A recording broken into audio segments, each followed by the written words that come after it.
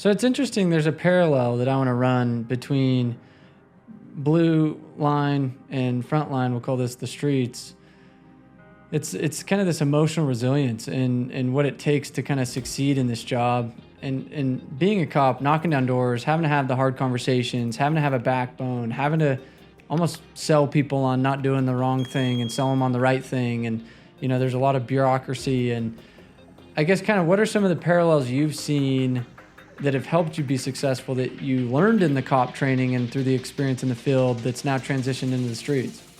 I would say easily, you have a strong advantage. You can relate, and this is, any industry. If you're a worker, if you're a cop and you actually work hard, you can relate to any walk of life.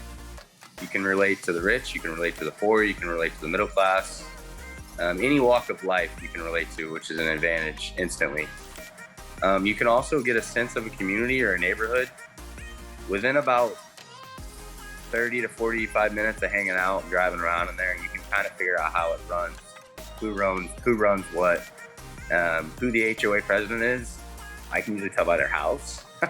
It's just you just figure it out, and it's not some special talent, but when you hang out in neighborhoods for 10 years, you learn pretty quick how to deal with them.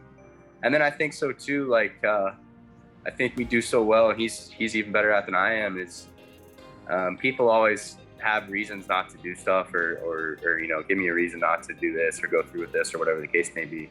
We're always really good at putting things in perspective. If the world's ending for that person, we can put it in perspective for them because we've been in like real situations where there's real problems.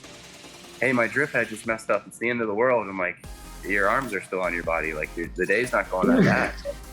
So I think that's where we really have a strength, where we can create that perspective for people. And then, like I said, the community aspect is huge. And then any driveway with a cruiser in it, you got your end of the neighborhood. It's over. Yeah. It's over. Yeah. So, yeah, I would say for me, the number one, what really helped, and it's funny because I still remember like my first, second day, guys who were, they thought they're, they're big, big men in the company. They're telling me, hey, takes a lot of guts, knocking doors, don't get deterred. It's all right. And I literally want to laugh in their face. Like, I've been knocking on doors 5 years. I said, people don't call cops when, they're having a great day. So I'm knocking on doors, hoping I don't get shot. I said, I'll knock on doors. If they don't want a roof, they won't want a roof. They can have a great day. Bye. That's fine. But it's what really helped us is, and Tripp and I, what puts us above was our command presence. When we go to the door, we're there for a reason, and what helps, just like when you're a rookie and a cop and you're worried, as long as you know what you're there for, and like if you know the material and you believe in what you're selling, game over. You're not gonna put enough objectives for us to get off your doorstep. I mean, unless you have a gun, then yeah, I'm gonna leave. But besides that, like, I'm gonna sell you a roof. But yeah, I would definitely say it's the command presence of how we walk up to the door. And I think they can kind of tell when David and I walk up, these guys know what they're talking about. They're not scam artists. They're just legit guys. Yeah, I think so. It's funny, when I do a training, I actually teach. There's two ways to approach. It's the happy-go-lucky, fun, Sam, look at me. I'll make a joke. I'll break preoccupation. And you might have even saw it when we were out there. I was like, you want me to put my cop face on?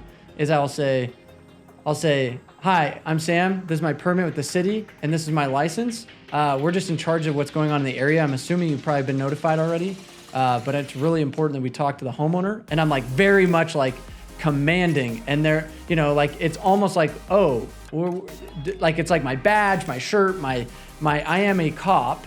And you wouldn't tell a cop if he knocked on your door, hey, not interested, sir. It's like, I'm a police officer, ma'am.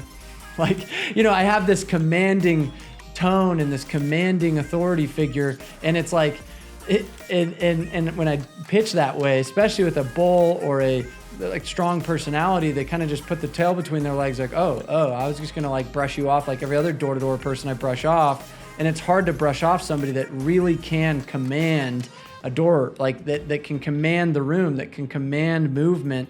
And I think that there's an element that you probably developed over time with that. I think that, but more so too, is like you're big on the personality traits, on how you sell them.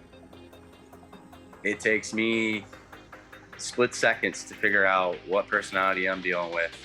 Whether this person's going to be a train wreck a month down the road on build day, or they're going to be smooth as can be. That's a big advantage because you can read people super quick, and you're a lot quicker on your feet. Because in your old job, your complacency killed you. In this job, your complacency just costs you money. Both very important. One's a little more important than the other, obviously, but so you're just quicker. You're a quick thinker, and I also think too, in our agencies, you're one deputy for a certain square mileage, so you got to be a decision maker. There's not people there to hold your hand. You have to be able to make a decision while you're on scene. You don't have time to Monday morning quarterback things. So I think that's an important aspect too. Like, it gives you the ability to make decisions on your own, like a big boy. Yeah, I like that. And it's the same thing with area. It's like so many people, they go knock doors in pairs, and I'm like, you're almost fear of, man, if I'm on my own, what if I fail? If I fail with somebody else and it doesn't hurt as bad, or I can like allow them to take half the blows and leech on their work ethic. And when you're the only deputy in your neighborhood, essentially you're like, this is my territory. I know everything that I need to know on this, and I'm accountable to making sure that I protect or change roofs or sell solar or whatever that is you're peddling. And it's like, you need to make sure that you take ownership over that, and not like, I don't know, like I feel like some people, they're just afraid to fully take ownership of their area. You know what I mean? Just like, I'm the deputy of this. You're making relationships with people. I'm sure you've locked up the same person 10 times. You're like, all right, Larry, you again on the corner. It's funny, man. It happened to me the other day. This guy, he's telling me when people are approved before they tell me. Like, this guy that's a referral king, so that's how like you got a heartbeat of the neighborhood, so it's cool. But all stuff that you've told us before,